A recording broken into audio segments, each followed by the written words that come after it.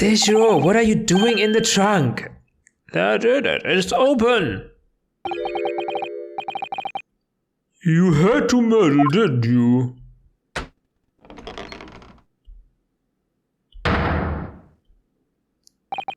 Well, Eugene, you found me now. Seishiro. What is he even doing? I was really hoping beyond hope not to find you here, you know. But you're not entirely unsurprised, I take it. No, quite. I just wish it was some other way. Well, are you ever going to introduce me?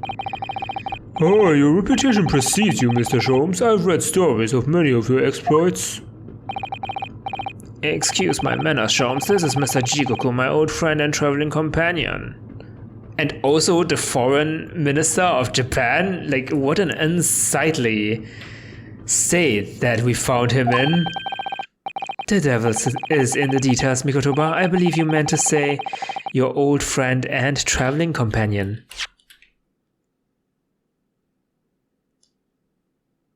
My old friend and traveling companion? Your old friend and traveling companion? That's exactly what I said, didn't I? What? Who made the cowardly decision to flee the country without a word to anyone when things turned sour? Okay, that's what you mean, okay. I see my reputation precedes me as well. What an honor. What? Well, Seishiro, are you going to explain all of this? You know it all by now, I imagine. What you didn't know, of course, is that 3 days ago, on the night before our arrival, an attempt was made on my life here on this very ship. By the Reaper of the Bailey? Yes, I've since heard. Because you were once prosecuted by the Reaper, weren't you? 10 years now. 10 years ago now, mind you. And I had no idea at the time what a dangerous individual he was. Anyway, when we arrived in London to find the symposium was postponed until goodness knows when, it became all too apparent to me that I might very well be targeted again. So you decided to flee the capital without saying a word to me about it? I'm afraid so, yes. Of course I realize now that I really ought to have confided in you.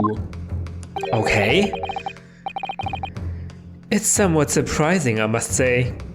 I mean, till now, this all makes much sense, but I don't think that's the truth. What is? Well, first-class cabins aboard luxury steamships are in very short supply. It's more than a little hard to believe that this one just happened to be available. So says the protagonist of some colorful short stories. Well, I don't care for your opinion. Shots fired. The cabin did just happen to be available, so I purchased the ticket and here I am. I've just seen for myself the obvious remnants of that incident in this cabin. So you'd already purchased your return ticket before we even docked in Dover, had you? To prevent anyone else taking this cabin and seeing the evidence, is that it? Eugene, I have nothing to say to you. Well, in a mere 5 minutes, this ship will set off on its onward voyage and not make port again until Italy. I'm afraid we must insist that you disembark with us at once. You have no jurisdiction over my movements. We have this, Seishiro. Take it. What is it? It's a subpoena from the Old Bailey. You're a man of the law. You know what the ramifications of ignoring a document like this from the British courts would be. You came prepared then, Eugene? Come on, let's go. One moment. What is it, Holmes? Inside Mr. Jigoku's trunk. I found this rather fascinating trinket. What is that, Seishiro? I can't help you, I'm afraid. Some small component from something. But what? I have no idea. By the look on his face, I think he genuinely doesn't know. Well, let us pocket it as a small souvenir of our brief sojourn in France. This is too bizarre. Well, young Naruhodo, I think we've done as much as we can, I'm afraid. Okay, so when the two of them, I mean, Jigoku and me, me in this case is Mikotoba, came to London, he was staying in this room as well, right? And that's when the bullet has been fired in this room. And let's assume this bullet is the bullet that grazed Gregson. This means Gregson was killed in this room. So our current working theory is Seishiro killed Gregson? Because Gregson wanted to kill him, right? I mean, self-defense, you could argue, makes perfect sense.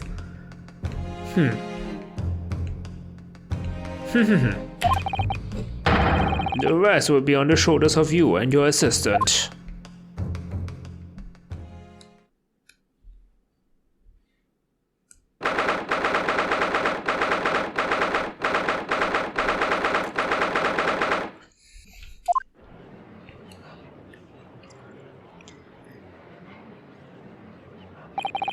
Kazuma Azuki, I know you, and I know you wouldn't lie, but still, there's no doubt that you're holding something back.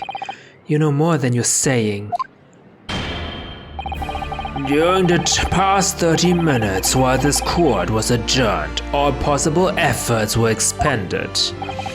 But sadly, Mr. Jigoku's whereabouts could not be ascertained. We must accept the unfortunate conclusion that the Reaper has already done the deed.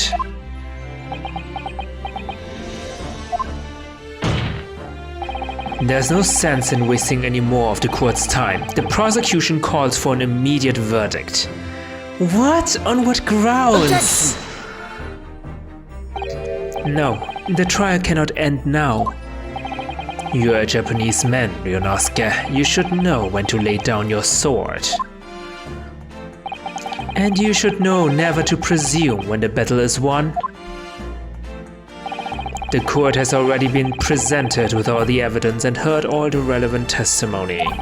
And there can be only one conclusion, that the accused is guilty. Guilty of what? He's clearly not guilty of the murders themselves. You're saying he's the mastermind behind the Reaper. All relevant testimony? Far from it. There's still a crucial witness from whom the court is yet to hear a single word of testimony. In that case, call your witness to the stand at once, counsel. Yes, my lord. Tomorrow, if possible. The witness is already on his way and scheduled to arrive tomorrow. Then what are we going to do today? Who on earth is this crucial witness? Seishiro Jigoku, the very man allegedly murdered by the Reaper. Judge Jigoku, you found him?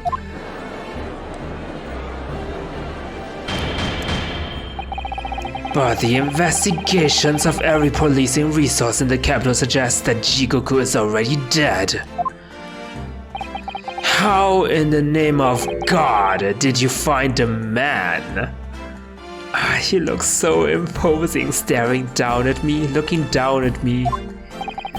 He was located in France during the recess at the port of Dunkirk. Thanks to one of Mr. Sherlock Sholmes's famous deductions. Sherlock Sholmes. Inspector Gregson almost certainly met with Mr. Jigoku on the night of his death, because along with Prosecutor Azuki, Gregson was on a mission to assassinate the man. Which means that Seishiro Jigoku is the sole witness, who can clarify exactly what happened aboard the SS Grouse on the 31st of October.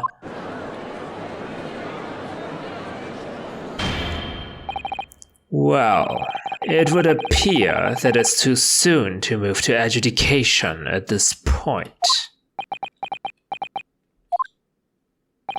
The prosecution concurs. The court must hear Mr. Jigoku's testimony.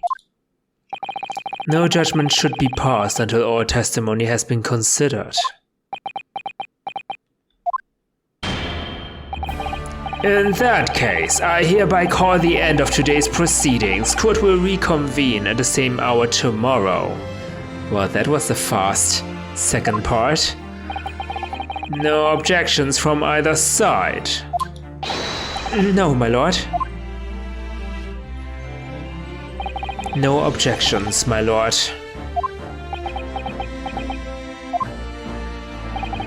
We live to fight another day, by the skin of our teeth.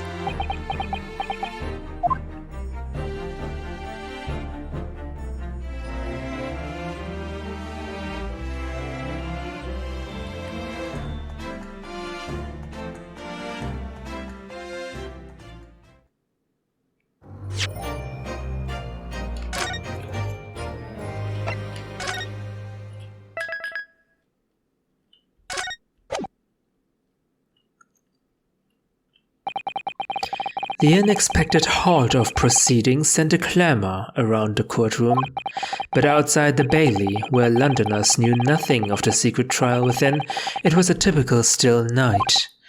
Then, at a little past 8 o'clock that evening, Mr. Sholmes and his partner returned to Baker Street.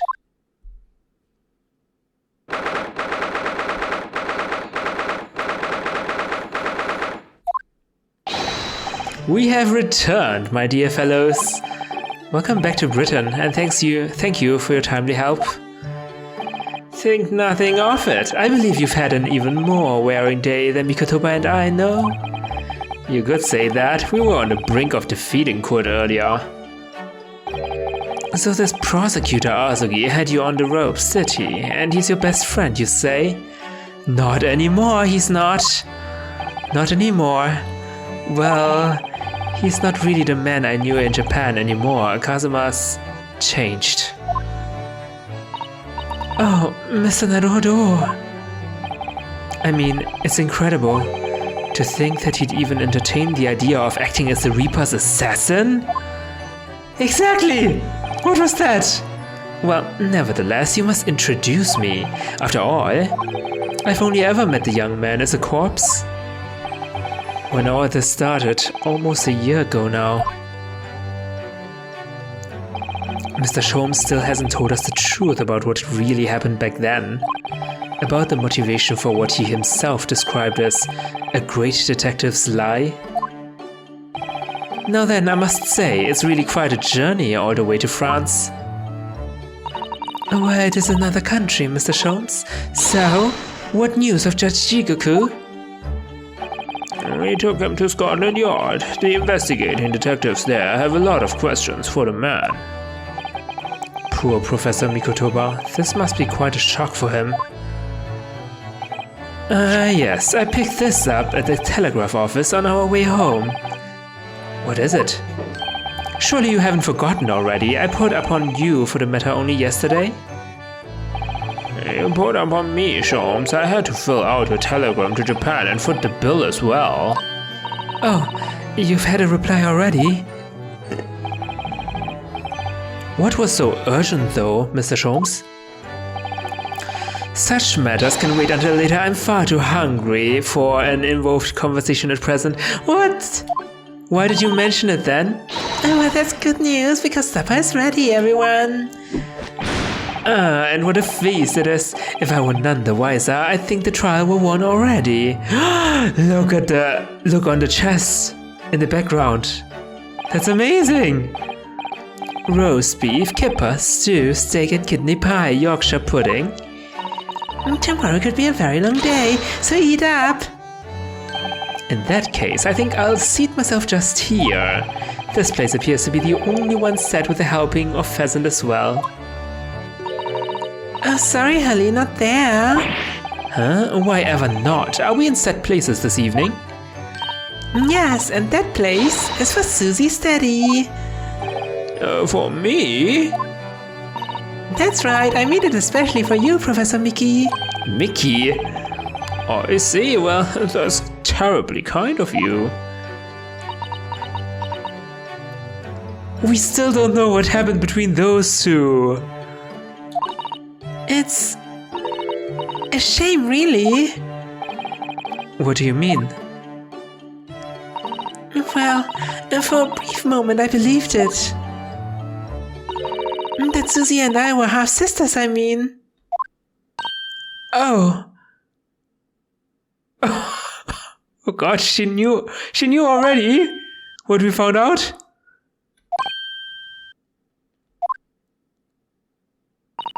Iris, do you mean? Yes, I know now. I overheard yesterday. Oh. You overheard. I secretly listened into the conversation you had after I tricked you all into thinking I'd left. What? What?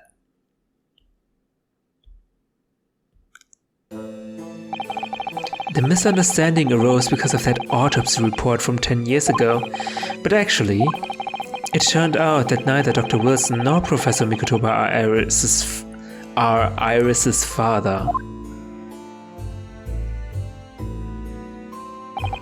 Yes, about that, Iris. You know, I know. You can't tell me at the moment. Oh, Iris. The pheasant is by way of an apology. I'm sorry for eavesdropping. Oh, no, that's quite alright. Then why don't I get an unapologetic pheasant? So just who is Iris's father? I suppose that's not something we'll be finding out today. Why not? Why ever not? So then, let us dine while our largely pheasantless plates are still piping hot. Fine idea, Sholmes. It all looks absolutely delicious. Eat as much as you like. There are always seconds. This could be our last chance to ask questions before tomorrow's trial about that telegram from Japan and about Kazuma. I can't let this opportunity slip away. Okay, no time to question Iris's father.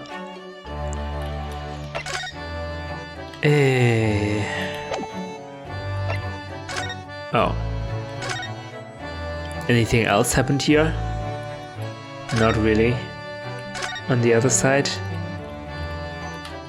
No, not really.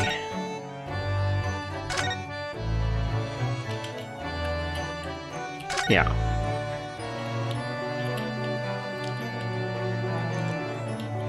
Why is there a tick on this? Roast beef, kibba stew, steak and kidney pie, Yorkshire pudding. It all looks mouth-wateringly good. Indeed it does, and if it were accompanied by even a morsel of pheasant, it would be perfection. You're still on that? Oh, it really does look like a feast for celebrating a victory in court. Or indeed for drowning one's sorrows after defeat. I hope you weren't referring to the trial tomorrow, Mr. Sholmes. He's clearly still in mourning over the pheasant at the moment.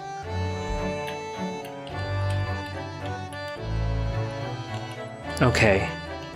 Sholmes, you have some explaining to do. What are you doing?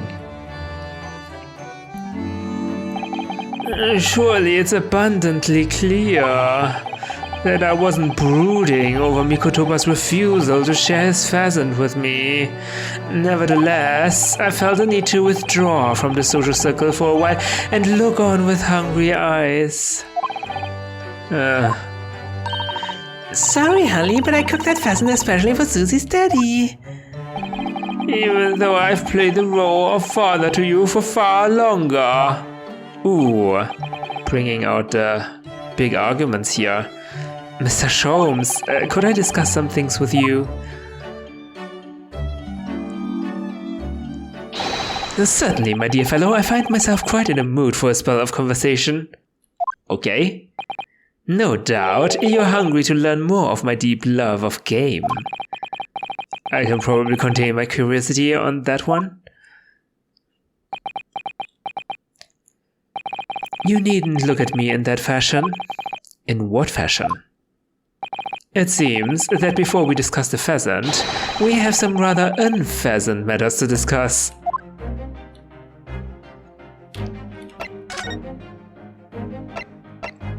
Oh, Kazuma's death. That tragedy we had to go through on the SS Buria. It was all for nothing. Kazuma wasn't dead at all. We were completely taken in by the lie you told us, your great detective's lie. I took no pleasure in deceiving you. However, at the time, all that concerned me was preventing the young man's study tour from taking place, whatever the cost. Not only that, you blamed me for his murder. As a scapegoat. What the heck? What? I capitalized on the events that transpired to see that he was sent back to Japan. His remains, you mean? Precisely, Mr. Sato. And then, I made sure that somebody else was sent to Britain in his stead. Oh my, you mean... The arrangement between our two countries was already in place. One university student lawyer and one judicial assistant to be accommodated on a study tour. In other words, by arranging for someone else to fill the place originally intended for Mr. Asogi, I would successfully prevent the man from arriving on our shores for several years at least. Wait, do you mean to say that it was all in aid of stopping Kazuma coming to Britain? That's why you... Think back, Mr. Naruhodo. Was there not somebody who quite casually urged you to continue on the voyage to England? Yeah, that was you. The terms of the study tour were negotiated by the Department of Justice in both Great Britain and Japan. In the light of Mr. Azuki's unfortunate death, I'm afraid the study tour can no longer go ahead.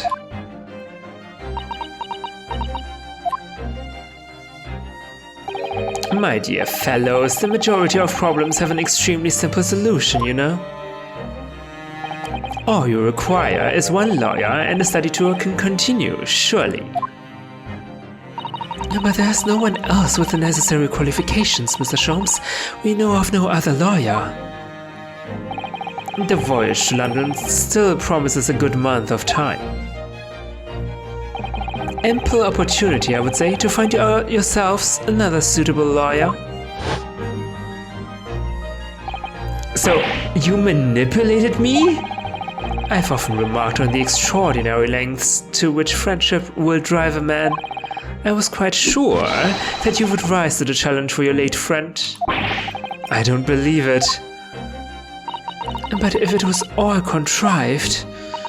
I mean, what happened was treated by the authorities as murder. A woman was mistakenly arrested as the perpetrator. What do you suppose became of her?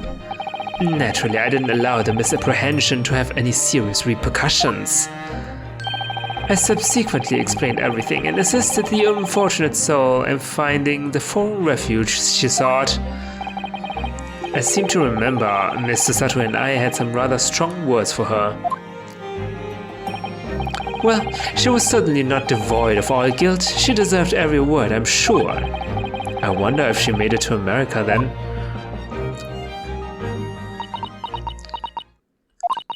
I'm afraid I simply cannot comprehend it. Why would you go to such lengths, Mr. Sholmes? Why were you so determined to stop Kazuma-sama from reaching Britain?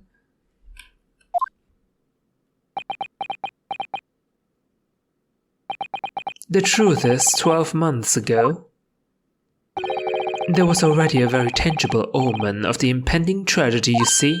Oh. An omen that, at this very moment in time, is close at hand. Huh? An omen of all these tragic events that already existed a year ago is close at hand? We need to find out exactly what Mr. Sholmes knows. An omen?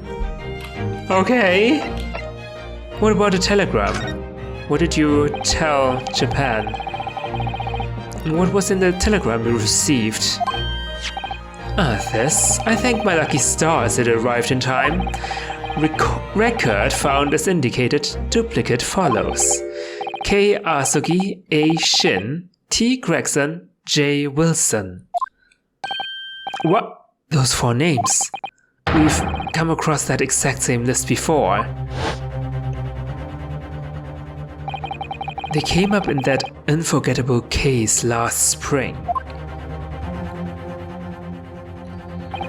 What appeared to be a simple case of aggravated murder turned out to be a masking, monumental intrigue. A plot that involved the sale of British governmental secrets to foreign states. And exposing the means by which those secrets were being leaked, we deciphered a fragment of a message. K. Asugi, A. Shin, T. Gregson, J. Wilson. But we didn't find the names out until the case was over, and we never did get to the bottom of what they meant. All we knew was that the information had been sent by somebody in the British government to somebody in Japan. So why are the names coming up again now?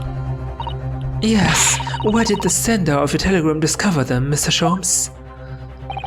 I have here the message I had wired yesterday. Allow me to read it to you. Enter Judge Jigoku's office and detected and investigate telegram records. Expect to find communication from Britain dated 1 year ago. List of 4 names. Need by tomorrow. Naruhodo. What? You pretended to be me? I sent it to a detective I know who specializes in clandestine missions of this nature. And why would he take orders from someone called Naruhodo?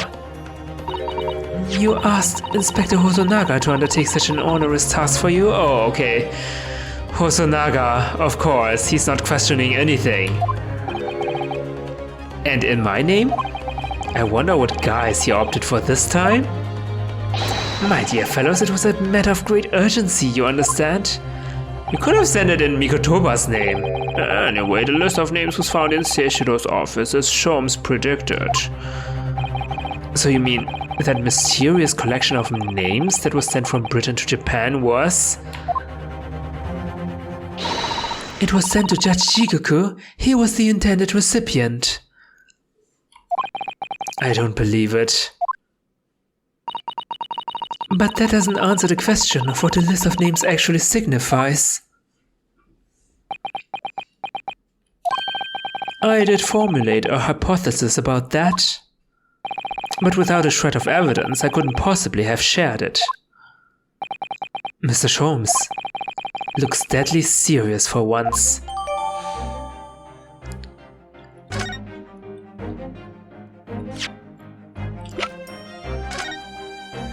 Record found as indicated. Duplicate follows.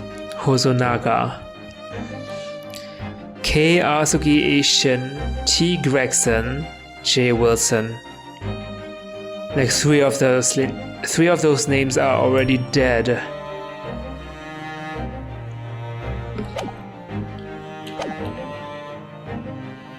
Okay. Is that all? Do you want to tell me something?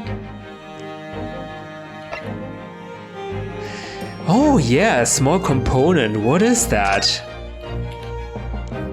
What is that? Is there a button? You see these little things all over the place, don't you? It's the part on the top of a pocket watch that you twist to set a time, isn't it? Oh, Gregson! It's called the crown, I believe. A watch would be quite useless without one. The crown? Like what sits on top of a monarch's head? That's a very grand name for such a tiny part. But actually, yes, Mr. Naruhodo. If this is a crown, I have a feeling I might have seen a monarch around here somewhere. With a bare head. If by monarch you mean pocket watch, then I'm quite sure you have. No need to make it that obvious. Evacuation drill itinerary. A practice evacuation on the SS Grouse. Wait, what? Yeah, in Judge Jigoku's cabin. 31st of October, following departure from the port of Dunkirk, all crew members are required to assemble on the main deck at 10 p.m. in order to review evacuation procedures. The drill will take 20 minutes. Crew will resume duties as soon as the drill is over.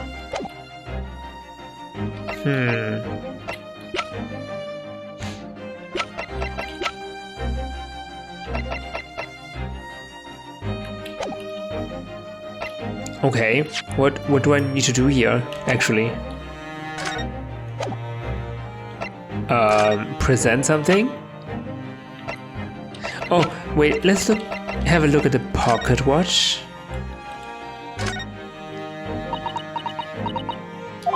What do you think, Mrs. Sato? I feel sure I know exactly what will fit here. Really? I was just thinking precisely the same thing. We're about to see that the little round component is actually part of Inspector Gregson's broken pocket watch. Really? I was just thinking precisely that too.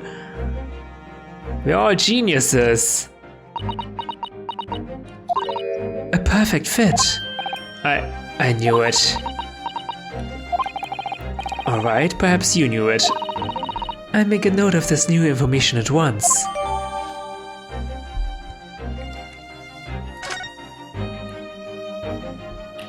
Okay. Good.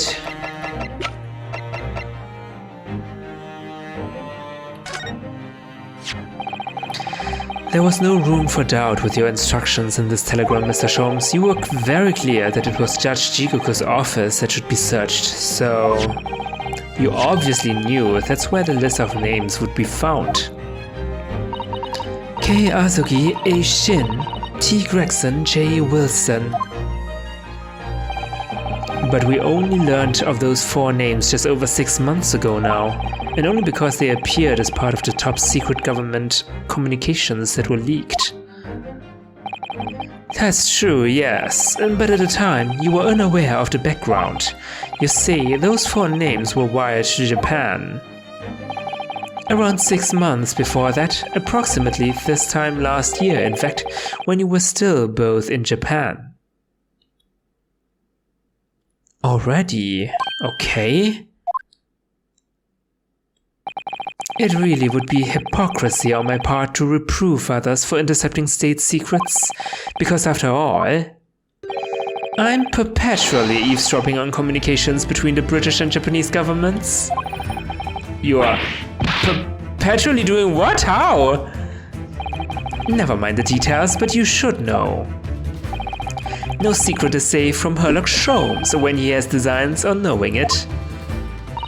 Oh my, Mr. Sholmes, what a fabulous line. Oh, that's highly illegal, I would think. Now, 1 month after that list of 4 names was wired to the recipient Jigoku in Japan, Dr. John H. Wilson was murdered. As soon as I learned of the incident, a hypothesis rapidly took shape in my mind. As it turned out, I was partly correct and partly mistaken. Nevertheless, it was the beginning of all the tragic events that were to follow. Mr. Sholmes, please, tell us all you know. Tell us about these 4 names and the tragedy.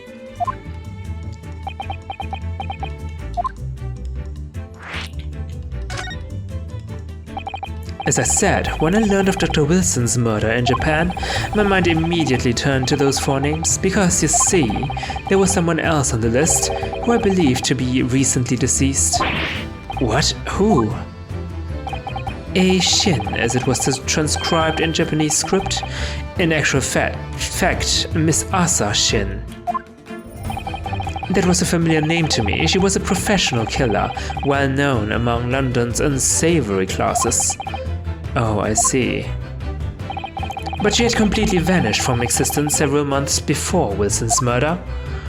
So I came to the logical conclusion that she had herself been killed, and accordingly I became fearful for the lives of the remaining 2 persons on the list. Kei Asogi and T. Gregson. Owing to our proximity, I decided to take measures to protect Gregson myself, but I determined it would be safest if young Asogi were to stay away from Britain.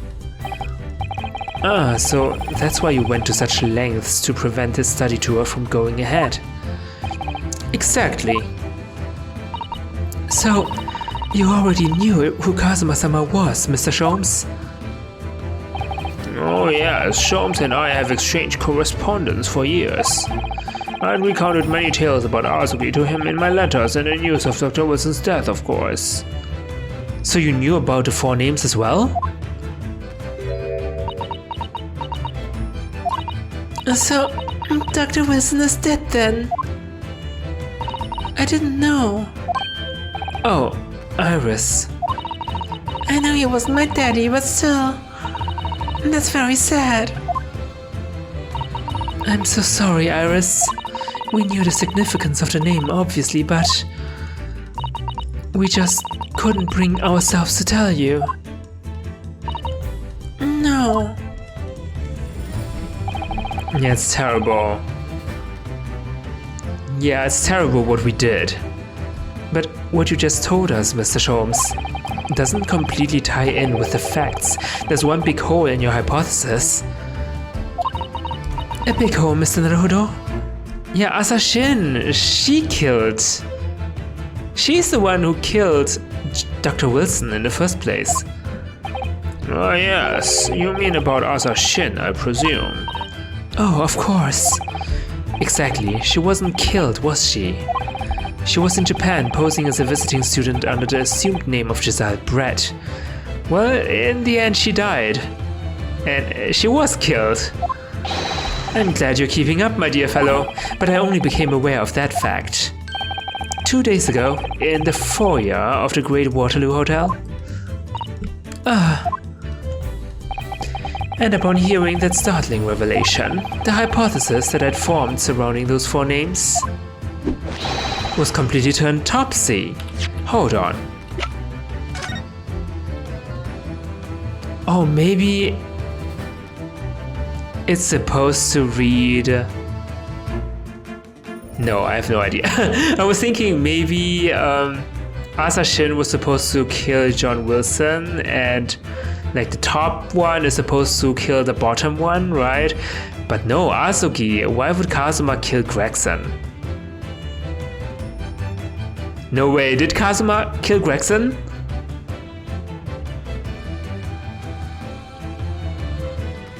That makes no sense whatsoever. Asogi was supposed to be an assassin, but was hired by Gregson himself. I mean, that's just... doesn't make any sense. What? Topsy? And also, I mean, even though I ended my friendship one-sidedly, I do still believe Kazuma. He wouldn't kill a person, would he?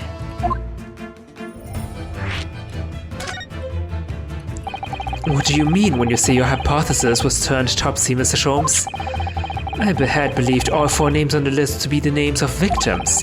However, I was mistaken. Very much so. Asashin was a killer. So this telegram is a list of both victims and killers, is it? Indeed, and it would seem that Miss Shin was dispatched from Britain with the sole intention of dispatching Dr. Wilson, her visiting student status being merely a front. Okay. Then what are you saying?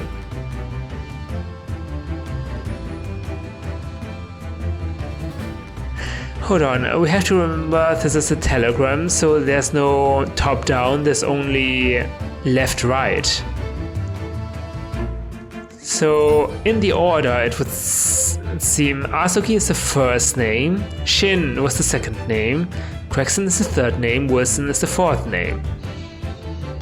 And Shin was supposed to kill Wilson. Then what? I mean, if we assume this is related to the Reaper organization, we already know that Shin and Gregson are both part of the organization, right? So it would actually make more sense if Gregson, I mean, it would make more sense if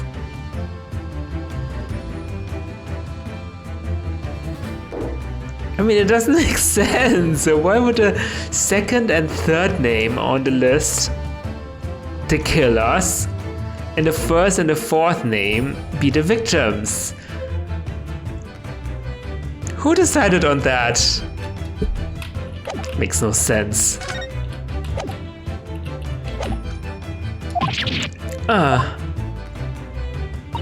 Which would of course explain why no motive could be determined for her actions. So the real reason Dr. Wilson was killed by Arthur Shin is because he was the target of an assassination. Hold on.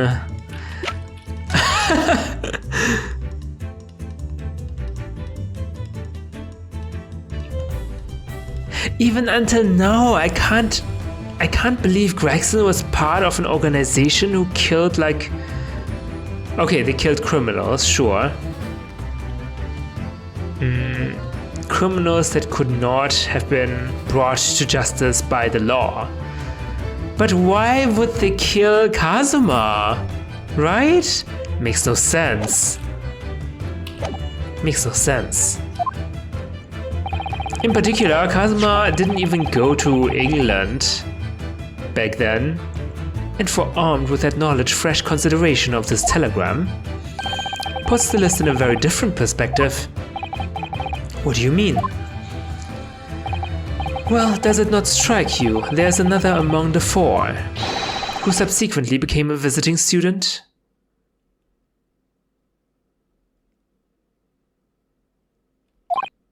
Wait, you mean...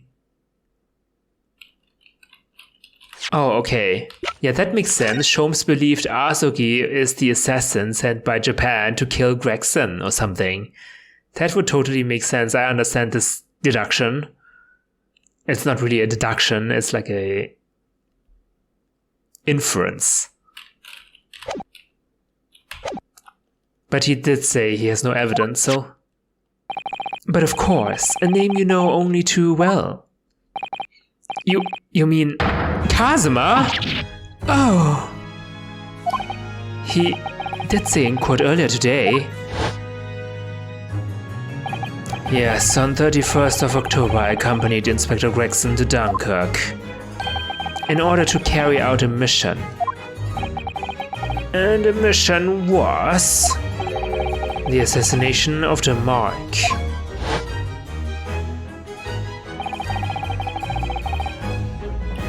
Young Mr. Asogi accepted that mission a year ago now. What are you talking about? This is my best friend you're talking... I ended the friendship. He's my former best friend. You're talking about... Kei Asogi? If he was supposed to kill Gregson, why would he go with Gregson to kill Seishiro? Okay, maybe because he would have had a chance to kill Gregson. Probably. No, Kazuma is not a killer. What are you talking about? Surely not. In conclusion, this document is a contract of sorts, an international agreement, one might say, detailing an assassin exchange. An assassin exchange? How could Kazuma possibly have got involved in something like that?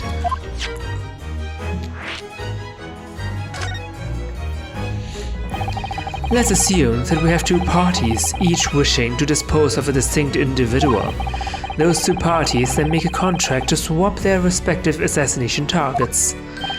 That would then be an assassin exchange. Okay. So to begin with, the British assassin is dispatched as a visiting student to Japan, where she kills her target. And then, the Japanese assassin is dispatched as a visiting student to Britain, in order to eliminate his target. It certainly does sound like an exchange. Yeah, it certainly does. But what on earth is the point? Don't forget, Naruhodo, that the British assassin at least escaped conviction, thanks to diplomatic immunity afforded by consular jurisdiction. Right. Oh yes. Such jurisdiction should be null and void under the terms of the new treaty between our two countries. So the fact that it was brought into play suggests intervention at the very highest levels. The highest levels? These murders were two sides of the same coin, linked not by a common motive but by a contractual agreement. As such, they appeared utterly unrelated, yet in truth assassins were complicit in one singular devilish scheme. That disassociation and a safeguard of diplomatic immunity were, I believe, the motivation behind this plot. But wait a minute, Holmes. If this telegram really is describing the exchange of assassins as you're suggesting, it would mean that its Japanese killer's target was never Seishiro Jigoku at all. It would mean also this target was actually Inspector Gregson. Yeah, and the fact that Jigoku received the telegram means he's the one somehow involved in this exchange of assassins. What? Kazuma was here for Gregson? So Judge Jigoku wasn't actually the mark? Yes, that's exactly what it would mean.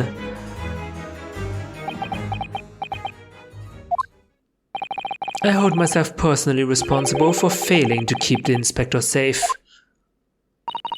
Mr. Sholmes. I told him of my fears and implored him to seek a transfer to an overseas position. Obviously, with the young pickpocket in tow. Yes, Gino. Come to think of it, Inspector Gregson did mention that to us at the Great Exhibition, that he'd be transferring to the Paris police and taking Gina with him. But without informing me, he engaged in one last assignment, it seems. And sadly, it turned out to be his very last. This is too much to take in.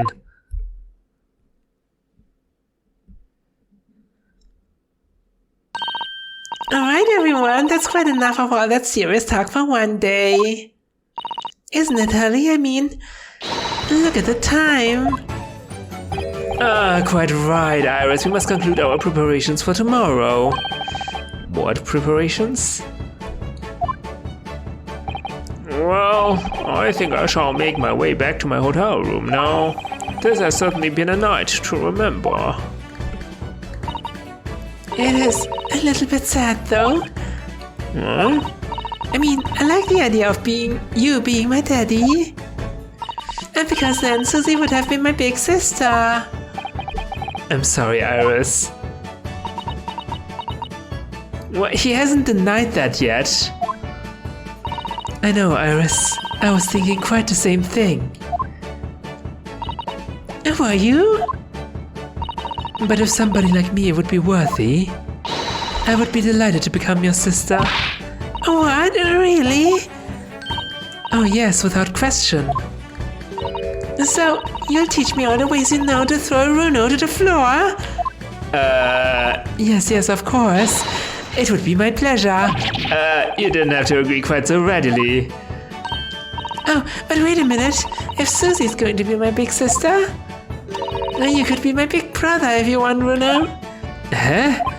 I mean, yes, of course. If you'll have me, I'll gladly be your brother. I mean, Susato and me are not related at all, but I can... Well done, Iris. We must always be mindful of feelings. I've raised you so well. Does this mean Susato is now my sister? Oh my god, there goes any chance of me romancing her. Because being sensitive is your strong suit naturally.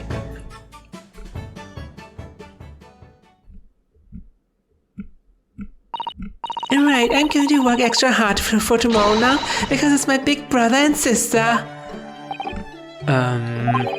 What is all this talk about preparing for tomorrow? Preparing what? Hehe. You just have to wait to see. Oh. Good luck in court tomorrow. I'm expecting a sterling performance. I'll do my very best, of course.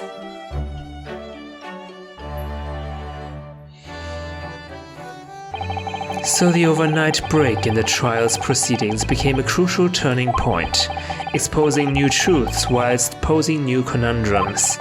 That list of 4 names on the telegram in Judge Jigoku's office, and the extraordinary assassination plot in which my best friend had somehow become involved.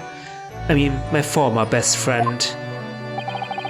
I felt as though I had been plunged into an even greater darkness all of a sudden.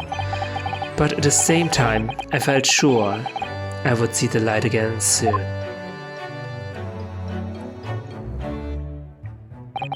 Because I was lucky enough to have the most wonderful family in the world standing steadfastly behind me.